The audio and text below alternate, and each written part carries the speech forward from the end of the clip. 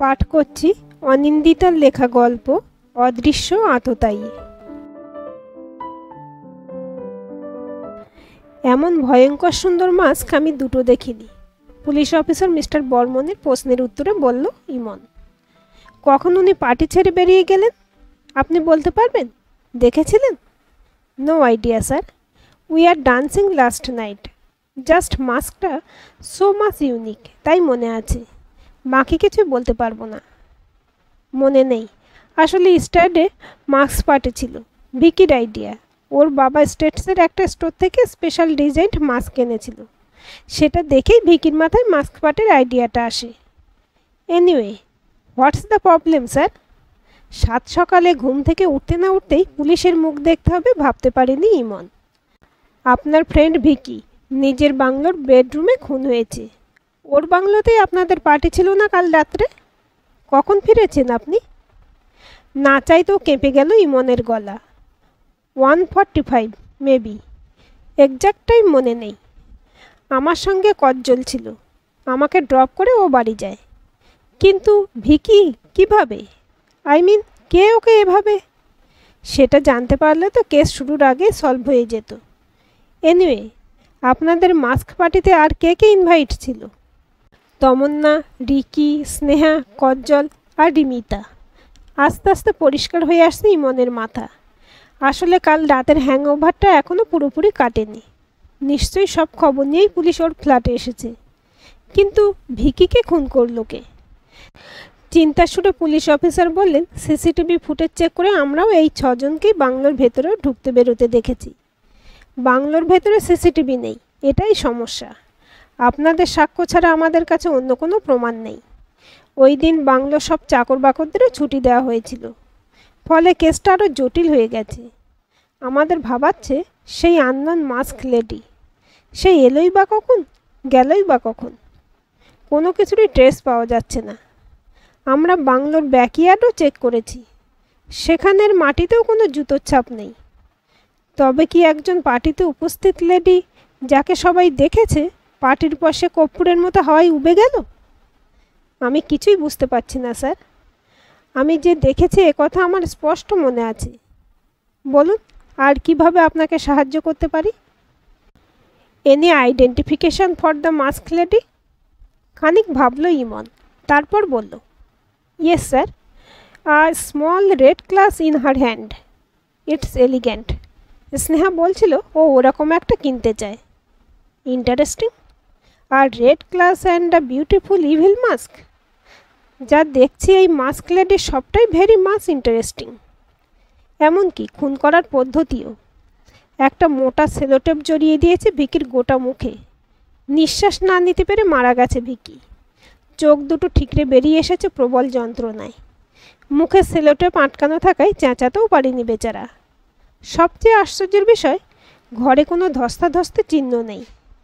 মৃত্যু আসছে এটা টেরই পায়নি প্রথমে। এমনটা নয় যে আগে কোনো রকম বিষাক্ত পদার্থ পান করানো হয়েছিল। তাহলে ভিকি কেন কোনো বাধা দিল না? পোস্টমর্টমে ভিকটিমের পেটে হার্ড ড্রিঙ্কসের ট্রেস পাওয়া গেছে। সম্ভবত অতিরিক্ত মদ্যপানে সে হুঁশ হারিয়ে ফেলেছিল।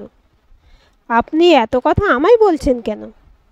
কারণ আমি ধাঁধা পছন্দ করি না, গম্ভীর মুখে বললেন ইন্সপেক্টর বর্মন। কালকে পার্টিতে উপস্থিত সবার সঙ্গে কথা বলেছি, কিন্তু ওই রেড মাস্ক লেডির কোনো হদিশ পাইনি। অথচ সবাই তাকে দেখেছে, অর্থাৎ সে উপস্থিত ছিল, কিন্তু তার কোনো অস্তিত্ব নেই। সিসিটিভি ফুটেজে কোনো হদিশ নেই। গেটকিপারও এমন কাউকে দেখেনি। অথচ বাকিদের বর্ণনায় শি ইজ ভেরি এলিগ্যান্ট। এত সুন্দরী একজন মহিলা ভেতরে গেল, অথচ গেটকিপার নোটিশ করল না। Is it possible? আছে অথচ নেই, অদৃশ্য আততায়ী। বেশ ইন্টারেস্টিং ব্যাপার, কিন্তু খটকা একটাই, ভিকির অন্দরমহলে সিসিটিভি নেই কেন? আপনি তো বললেন বাকিদের কাছেও গেছেন, তারা আপনাকে বলেনি কেন সিসিটিভি নেই? ইমনের মুখ দেখে মনে হচ্ছে সে কিছু একটা ভাবছে। জানি, তবু আপনার কাছ থেকে শুনতে চাই, গম্ভীর মুখে বললেন মিস্টার বর্মন। মেয়ের নেশা বোঝেন? ভিকির সেটাই ছিল, তাই বাংলোর অন্দরে ক্যামেরা নেই। আপনারা কোত্থেকে ফুটেজ পাবেন? কিন্তু কি জানেন ইমন, যতই সাবধানী হোক না কেন আততায়ী ঠিক চিহ্ন রেখে যায়। তাই খুনের স্থানটিকে পুঙ্খানুপুঙ্খভাবে পরীক্ষা করা দরকার। ভিকির মতো বড়লোকের ছেলের সঙ্গে আপনার বন্ধুত্ব হয় কিভাবে? ওর অর্থনৈতিক অবস্থান আর আপনার অর্থনৈতিক অবস্থানের মধ্যে তো আকাশ পাতাল ফারাক। অথচ ভিকির মাস্ক পার্টিতে আপনিও ইনভাইটেড, মানে আপনি ওর ক্লোজ ফ্রেন্ডদের তালিকায় পড়েন। কোন মাস্ক পরেছিলেন আপনি? পরিস্থিতি কোন দিকে যাচ্ছে ঠিক বুঝতে পারল না ইমন। ঈষৎ কাঁপা গলায় বলল, ভিকি পার্সোনালি ইনভাইট করেছিল, তাই গেছিলাম। আসলে আমরা এক ইউনিভার্সিটিতে পড়ি। আমি Vicky senior, but we are good friends. আমার মাস্ক? ওটা কেন লাগবে অফিসার? লাগবে। এত টেনশন কেন করছেন বলুন দেখি? কপালে দেখছি বিন্দু বিন্দু ঘাম জমেছে, মুছে ফেলুন তাড়াতাড়ি। আপনার আবার হাইপার টেনশনের সমস্যা নেই তো? খামোকা অজ্ঞান টজ্ঞান হয়ে গেলে মুশকিল। তখন আবার জল টল আনো, বুঝতেই পাচ্ছেন।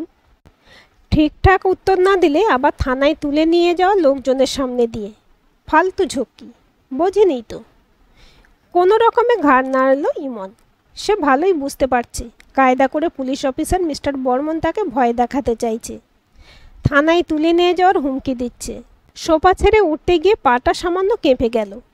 ভেতরের ঘরে ঢুকে ঘর থেকে একটা ব্লু রঙের সাধারণ মাস্ক নিয়ে এলো। এইটা, কালকের পার্টিতে আমি এইটা পরেছিলাম। ঘুরিয়ে ফিরে মাস্কটা দেখে নাকের সামনে নিয়ে এলেন অফিসার। গোল্ড ডাস্টের গন্ধ পাচ্ছি। আপনি বোধহয় এই ব্র্যান্ডের সিগারেট খান? হ্যাঁ খাই। কেন? স্মোক করা কি অপরাধ? ক্রমাগত জেরায় বিরক্ত হয়ে উঠছে ইমন। না, তা ঠিক অপরাধের তালিকায় পড়ে না। Smoking is injurious to health, স্বাস্থ্যের ক্ষতি করে কেবল। কিন্তু ভিকটিমের বেড সাইড টেবিলের অ্যাস্ট্রেতে একই ব্র্যান্ডের ফিল্টার পাওয়া গেলে সমস্যা বাড়ে বই কি। কী বলতে চাইছেন আপনি? ঠিক বুঝলাম না। না বোঝার তো কোনো কারণ নেই। আপনার সিগারেটের ব্র্যান্ড আর ভিকির বেড সাইড টেবিলে রাখা অ্যাস্ট্রেতে পাওয়া ফিল্টারের ব্র্যান্ডও এক, অর্থাৎ খুনিও আপনার ব্র্যান্ডের সিগারেট খেয়েছে। কি আশ্চর্য সমাপতন বলুন দেখি। খুনি যে সেদিন স্মোক করেছিল তা আপনি জানলেন কি করে? ভিকি নিজেও তো স্মোক করতে পারে। গোল্ড ডাস্ট যথেষ্ট পপুলার ব্র্যান্ড। আমি কেন, যে কেউ খেতে পারে। তা পারে, কিন্তু আমার কাছে যতদূর খবর আছে তাতে আপনি ভিকির ঘনিষ্ঠ বন্ধুদের মধ্যে অন্যতম। এটা জানেন না, নিয়মিত ড্রিঙ্ক করলেও ভিকি কখনো স্মোক করতো না। তাহলে তার বেড সাইড টেবিলে রাখা অ্যাস্ট্রেতে ফিল্টার এলো কোত্থেকে? এর থেকে ধারণায় আসাই যায় খুনি অতিরিক্ত টেনশনে স্মোক করেছিল। খুনের পর ফিল্টারগুলো সরাতে ভুলে যায়। কোনো দিন করেনি বলে ভিকি কি স্মোক করতে পারে না? হয়তো সেদিন ইচ্ছে হয়েছিল, গম্ভীর মুখে বলল ইমন। ভেতরে ভেতরে প্রবল ভয় হচ্ছে, কিন্তু বাইরে একবার দেখিয়ে ফেললে পুলিশ অফিসার দুর্বল ভেবে তাকে আরও চেপে ধরবে। আমি এখানে আসার আগে বাকিদের সঙ্গে কথা বলেছি, প্রত্যেকেই জানিয়েছে ভিকিকে কেউ কখনো স্মোক করতে দেখেনি।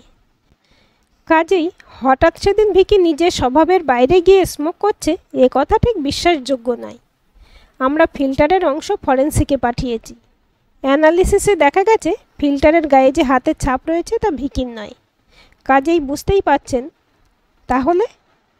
বিভ্রান্ত কণ্ঠে প্রশ্ন করল ইমন। সেটাই তো আমার প্রশ্ন। কে সেই রহস্যময়ী যে আপনার ব্র্যান্ডেরই সিগারেট খায়? আপনি সেই রহস্যময়ী নারী নন তো? চেঁচিয়ে উঠল ইমন। কি বলতে চাইছেন কি আপনি? ভিকি আমার সবচেয়ে ভালো বন্ধু ছিল। ওকে মারবো আমি? কেন মারব? মোটিভ কি? আমাকে দেখে আপনার সেই রকম মেয়ে বলে মনে হয়? জোরালো মোটিভ আছে। পুলিশ এত বোকা নয় যে খবর না নিয়ে বাড়িতে আসবে মিস্টার ইমন সেন। ডিটেকটিভ গল্পে পুলিশকে যতই বোকা দেখানো হোক না কেন, আদতে পুলিশ অতটাও বোকা নয়। তাহলে এত হাজার হাজার কেস দ্রুততার সাথে সমাধান করতে পারত না। ওসব কথা ছাড়ুন, আপনাকে বরং এক গল্প বলি। কোথাও ভুলচুক হয়ে থাকলে শুধরে দেবেন। একটা সুন্দর পরিবার, মা বাবা, দুই যমজ ছেলে মেয়ে। দুজনের এতটাই সাদৃশ্য যে ছোটবেলায় মা বাবা ছাড়া কেউ আলাদা করতে পারত না। বাবা কল্যাণ সঙ্গীত সাধক ছিলেন, প্রাণের খেয়ালে গান গাইতেন, শেখাতেন। অসম্ভব প্রতিভাবান কিন্তু খামখেয়ালি। যমজ ছেলে মেয়ের নাম রেখেছিলেন রাগের নামে, ইমন, তরি। প্রশ্নবোধক চোখে ইমন তাকাতেই হাসলেন অফিসার বর্মন। ধরে নিন না, এই গল্পের নায়কের নামও ইমন। যে মানুষটি সঙ্গীতকে জীবনের সঙ্গে সম্পৃক্ত করে নিয়েছেন, তার পক্ষে সন্তানের এমন নামকরণই তো যথার্থ। কিছুদিন বাদে কল্যাণের আচমকা স্ত্রী বিয়োগ হয়। পৃথিবীর বুকে সুরপাগল মানুষটি ভেতরে ভেতরে হয়ে যান একলা। তবে কর্তব্য থেকে পিছু হাঁটেননি। স্ত্রীবিহীন সংসারে তিনি হয়ে উঠেছিলেন যমজ 2 শিশুর মা ও বাবা। ভাই বোন দুজনেই সঙ্গীতপ্রেমী বাবার কাছ থেকে সুরতালের প্রথাগত শিক্ষা পাচ্ছিল। কিন্তু তরি, সে হয়ে উঠেছিল পিতার যোগ্য শিষ্যা। যেমন গলার কারুকাজ, তেমনই মাধুর্য। রেওয়াজে বসলে বাপ মেয়ের যুগলবন্দিতে ছোট্ট ঘরে এক টুকরো স্বর্গ নেমে আসতো। আপনি ইন্সপেক্টর কম, কবি বেশি। চাকরি ছেড়ে গল্প লেখেন না কেন? ভালো নাম করতে পারতেন। শুনতে কিন্তু বেশ লাগছে, বিদ্রুপাত্মক কণ্ঠে বলে উঠল ইমন। যতই বাস্তবের উপর বিস্মরণের আস্তরণ পড়ুক না কেন, সত্য কিন্তু তাতে মিথ্যে হয়ে যায় না। চলুন গল্পে ফিরি। স্বপ্নপূরণের হাতিয়ার হিসেবে তরিকে গড়ে তুলছিলেন কল্যাণ। জীবনে অপ্রাপ্তির বেদনা মিটিয়ে দিচ্ছিল কন্যার ঐশ্বরিক প্রতিভা। সাফল্যের আশ্বাস ছিল শুধু সময়ের অপেক্ষা। অনেকবার এসেছে রেডিওতে গান গাওয়ার সুযোগ, কিন্তু কল্যাণ চাননি তরি আগেই রেডিওর চেনা মুখ হয়ে উঠুক, আগে গুণীজনের সম্মুখে মঞ্চে উঠুক। রাগের বিলম্ব বিস্তারে, কণ্ঠের মাধুর্যে স্তব্ধ হোক সময়, মুখ হোক অডিটোরিয়াম। শুধু ভেসে বেড়াক সুর, সুরের মূর্ছনা। তারপর না হয় বেতারে ভেসে আসবে তরির কণ্ঠস্বরের মায়াবী বিচ্ছুরণ। কিন্তু ভাগ্যের খেলা ছিল অন্যরকম। কলা ভবনের মতো বৃহৎ মঞ্চে প্রতিভা প্রকাশনের জন্য যখন প্রস্তুত হচ্ছে তরি, এমন সময় ঘটল বিপর্যয়। অনুষ্ঠানের আগের দিন হারিয়ে গেল তরি। পাগল হয়ে গেল কল্যাণ ইমন। তালিম নিতে গিয়েছিল সে ওস্তাদজির কাছে। অনুষ্ঠানের আগে শেষবারের মতো শিখে নিতে গিয়েছিল নির্ভুল সুরলহরী, অনুভবে, অনুরাগে। কিন্তু আর ফিরিল না সে। ইমন কল্যাণের জীবনের রাগ হারিয়ে গেল এক নিমেষে। আমি একটু ওয়াশরুম যেতে চাই, অনুমতি দিন প্লিজ। পালাবো না, কথা দিচ্ছি, খাপছাড়া কণ্ঠে বলে উঠল ইমন। ছেলেটার চোখের জলের আভাস নজর এড়াল না অফিসার বর্মনের। নিঃশব্দে মাথা হেলালেন তিনি। এক জীবনে বড় যন্ত্রণা সহ্য করেছে ছেলেটা, পুড়েছে নিঃশব্দে। একটু কাঁদার সুযোগ তো তাকে দিতেই পারেন তিনি। হৃদয়হীন পুলিশ অফিসার নয়, মিস্টার বর্মন একজন মানবিক পুলিশ অফিসার হিসেবেই কর্তব্য পালন করতে চান। মিনিট 5 পর চোখে মুখে জল দিয়ে বেরিয়ে এলো ইমন। দেখে বোঝা যায় নিজের সঙ্গে তাকে অনেক লড়াই চালাতে হয়েছে। সোফায় বসে নির্জীব স্বরে বলল, বলুন, কি যেন বলছিলেন? ফিরল না তরি। বলা ভালো, ফিরতে দিল না তাকে। কয়েকটা শয়তান। বয়স হয়তো তার থেকে বছরখানেকের বড় হবে। উল্লাস করে ফিরছিল রাস্তা দিয়ে। গ্রহের ফেরে তাদের চোখে পড়ে গেল তরি। উল্লাসের বলি হলো কিশোরী মেয়েটি। বুঝতে পারার আগেই জীবনের গতিপথ কেমন এলোমেলো হয়ে গেল তার। পাগলের মতো খুঁজতে থাকা ইমন কল্যাণ খবর পেয়ে নিয়ে এলো তাকে। সুর হয়ে গেছে মুখ, স্তব্ধ হয়েছে ভাষা। নির্বাক বিষাদ প্রতিমা দেখে সকাল বিকেল চোখের জল ফেলে ইমন কল্যাণ। কিন্তু প্রভাবশালীদের বিরুদ্ধে লড়াই করে মধ্যবিত্ত মানুষ কবেই বা সাফল্য পেয়েছে? ছেলেগুলো ঠিক ছাড়া পেয়ে গেল। যে পুলিশ অফিসার জীবনপণ করে লড়ছিলেন, তার বদলির অর্ডার এলো। সেদিন রাতে স্তব্ধ হলো জীবন।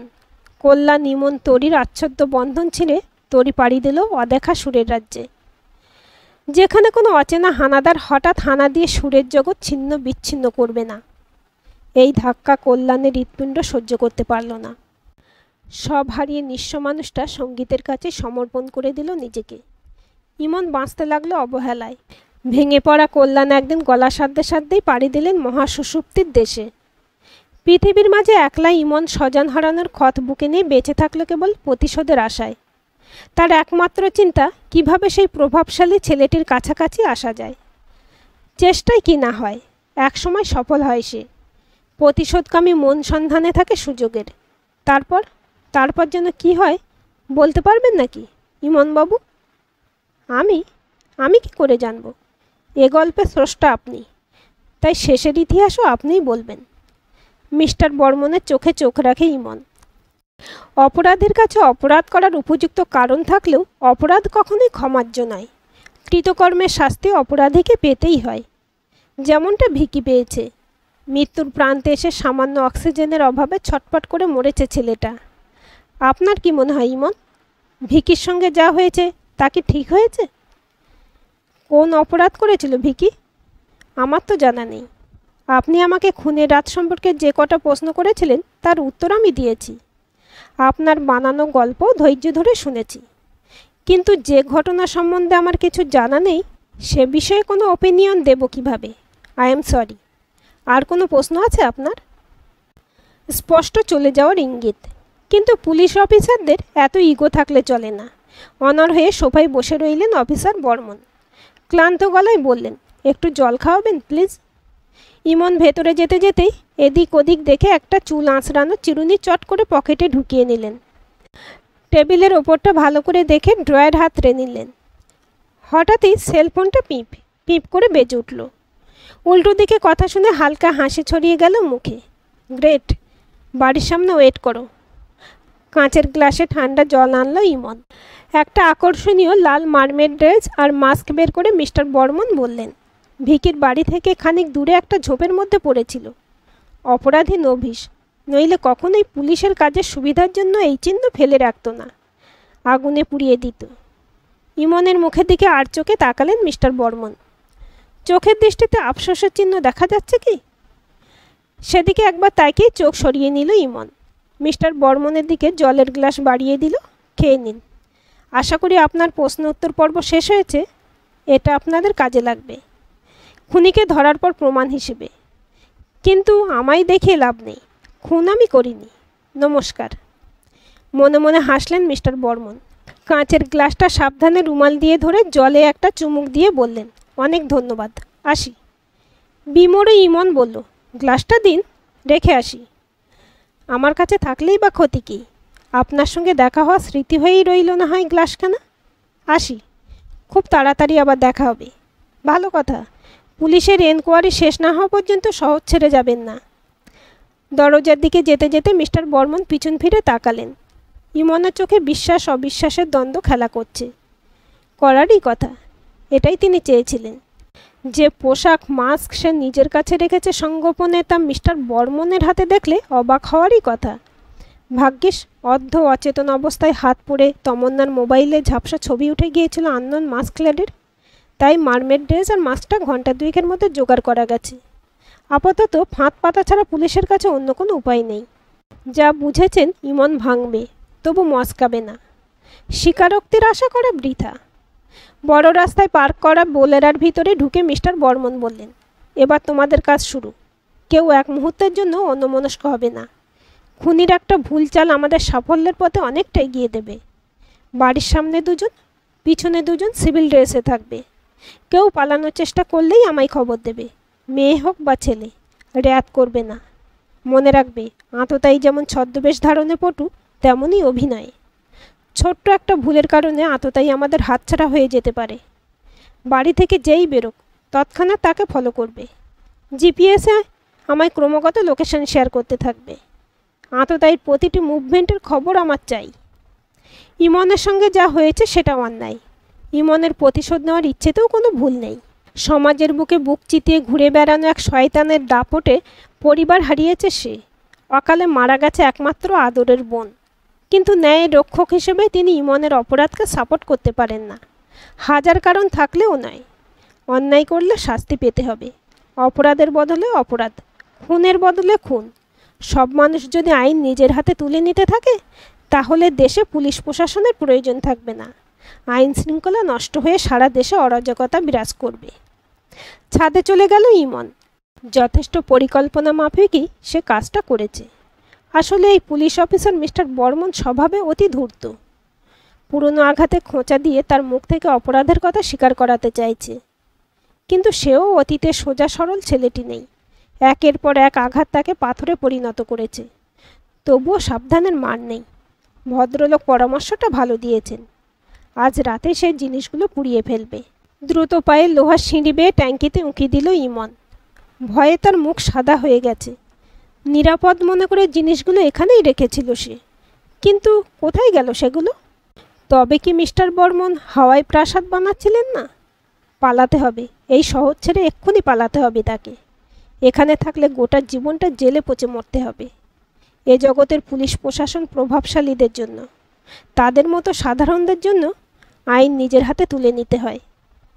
মিস্টার বর্মন যখন ফরেন্সিক ল্যাবে এসে পৌঁছালেন তখন ফরেন্সিক বিশেষজ্ঞ মিস্টার মেহতাব হোসেন আতশ কাঁচ দিয়ে কিছু একটা পরীক্ষা করতে ব্যস্ত ছিলেন। কোনো ভূমিকা না করেই বলে উঠলেন, আন্দাজ মিলল তাহলে? কি পেলেন? একেবারে 100% মিল। ভাগ্যিস আপনি বুদ্ধি করে চুলের নমুনাটা এনেছিলেন। মাস্কের গায়ে লেগে থাকা স্কিন আর চুলের ডিএনএ টেস্ট করতেই মিলে গেল। ভিকিকে খুনটা কি যেন নাম বললেন? ইমন। ইমনই করেছে। ছেলেটা যাতে সবচেয়ে কম শাস্তি হয় আদালতে আমাদের সেই চেষ্টাই করতে হবে। আসি এখন। ইমনকে কাঠগড়ায় তোলার বন্দোবস্ত করতে হবে। মিস্টার দেবদত্ত রিপোর্টে কি পেলেন? একটু সময় লাগবে। এত সহজে কি হয়? এই কেসে অপরাধী নভিস ছিল, কিন্তু সবসময় তো আর সেটা হয় না। কাজ চালিয়ে যান। অফিসার বর্মন একটা নম্বরে ফোন লাগালেন। স্ট্রেঞ্জ এখনও বাড়িতেই আছে? নিশ্চিত? তোমরা ওখানেই ওয়েট করো, আমি এখনই আসছি। ক্রমাগত বেল বাজিয়ে দরজা ধাক্কা দিয়েও যখন কাজ হলো না, তখন মিস্টার বর্মনের নির্দেশে অপেক্ষারত পুলিশের লোকজন সজোরে ধাক্কা দিয়ে দরজা ভেঙে ফেলল। ভেতরে অপেক্ষা করছিল ইমনের মৃতদেহ আর একটা রেকর্ডেড মেসেজ। ইমন আর তরির গল্পটা যখন মিস্টার বর্মনের কাছে শুনলাম তখনই ভেবেছিলাম আর রক্ষা নেই, আমার অতীতের কবর খোঁড়া ইতিমধ্যেই শেষ। তারপর যখন ট্যাঙ্কির ভেতর পোশাকের হদিশ পেলাম না তখন বুঝলাম এবার আমায় পালাতেই হবে। কিন্তু কোথায় পালাবো? পৃথিবীর বুকে একলা বাঁচার যন্ত্রণা এতদিনে বুঝতে পারিনি প্রতিশোধের আকাঙ্ক্ষায়। কিন্তু আর তো এখানে চাওয়া পাওয়ার কিচ্ছু নেই। বাবা বোন আমায় ডাকছে, এবার একেবারে দুনিয়া ছেড়ে পালাতে হবে। ঠিকই বলেছেন মিস্টার বর্মন, আমার একমাত্র বোনের নামই তরি। আর সেদিনের ওই শয়তান বিক্রমাদিত্যই আজ আধুনিক কেতার মোটরবাইক ওড়ানো ভিকি। নারী সঙ্গের ক্ষুধা আজও একইভাবে বর্তমান। ছলে বলে কৌশলে নারীদের ভোগ করাই ওর জীবনের একমাত্র লক্ষ্য। অপর্যাপ্ত ধনদৌলতের জোরে মুহূর্তেই সব পেয়ে যায় ভিকি। তাই আমি ঠিক করি ওকে নারী বেশেই মারব, এমনভাবে মারব যাতে প্রবল যন্ত্রণা হয়, কিন্তু একটা শব্দও মুখ থেকে বের করতে না পারে। আমার বোনটার যন্ত্রণায় মুখ বধির হয়ে গিয়েছিল, তাই আমি ঠিক করেছিলাম ওকেও মুখ বধির হয়ে মরতে হবে। সেলোটেপের আইডিয়াটা সেখান থেকেই আসে। তরি আর আমাকে দেখতে প্রায় একই রকম। আপনি ঠিকই বলেছিলেন মিস্টার বর্মন, চেনা পরিচিতরাও সহজে আলাদা করতে পারত না। তবু মেয়ে সাজতে আমায় বিশেষ কিছু কৌশলের আশ্রয় নিতে হয়। যদিও সে সময় সবাই এতটাই ঘরেছিল খুব একটা কিছু বুঝতে পারার সম্ভাবনা ছিল না, তবুও আমি কোনো রিস্ক নিতে চাইনি। মুগ্ধ চোখে তাকিয়ে আমার সঙ্গে ভিকি বেডরুমে চলে আসে। আমার পরিচয় জানার চেষ্টাটুকুও করেনি, এতই তারা। তারপর আর কি, বাকি কাজটা করা কোনো সমস্যাই ছিল না। আগে ভাগেই ভিকি নেশায় চুর হয়েছিল। তবে বেডরুমে সিগারেট আমি খাইনি। খুন করতে গিয়ে কোনো খুনি এমন কাঁচা কাজ করবে বলে মনে হয় না, তাই ফিল্টারগুলো কাজ ছিল আমার ঠিক জানা নেই। ভিকির সঙ্গে আলাপ জমানোটা সহজ ছিল না, কিন্তু আমি পেরেছি আমার একমাত্র বোনের মৃত্যুর বদলা নিতে। আপনারা মুখে রকমারি আইনের বুলি কপচাবেন জানি, কিন্তু হাতে ধরে আদরের বোনের বডি সিলিং থেকে নামানোর জ্বালা কি চোখের সামনে না দেখলে ভাবতে পারবেন না। তাই আইন যেখানে চোখে ফেটটি বাঁধে সেখানে আইন নিজে হাতে তুলে নিতেই হয়। অনেক ধন্যবাদ মিস্টার বর্মন। আমাকে জ্যান্ত ধরতে পারলেন না বলে আফসোস করবেন না। বিশ্বাস করি আপনি অন্তত বুঝবেন। দেখে যা বুঝেছি পুলিশে কাজ করেও আপনার অনুভূতি এখনও মরে যায়নি। দীর্ঘশ্বাস ফেললেন মিস্টার বর্মন। এই বোধহয় ভালো হলো। ছেলেটা জীবনে কিছু পায়নি, মৃত্যুতে যদি শান্তি পায় ক্ষতি কী? কিন্তু স্যার, আপনি কি করে জানলেন ইমন ট্যাঙ্কিতে পোশাক আর মাস্কটা লুকিয়ে রাখবে? সম্ভাব্য সাসপেক্ট ছিল একজন মেয়ে, সেখানে ইমন পুরুষ। পুলিশ ইমনের ঘর বাড়ি খুঁজলেও ট্যাঙ্কি খুঁজতে যাবে না এটা নিশ্চিত। যাতে তোমরা খোঁজার জন্য পর্যাপ্ত সময় পাও সে কারণেই ওকে কথায় কথায় ব্যস্ত রেখেছিলাম। তোমরা যখন জানালে জিনিস পেয়ে গেছো তখন নিশ্চিন্ত হলাম। তবুও নিশ্চিন্ত করে কি বলা যায় সব? যদি আমাদের ধোঁকা দিতে ট্যাঙ্কিতে অন্য এক সেট পোশাক রেখে থাকে?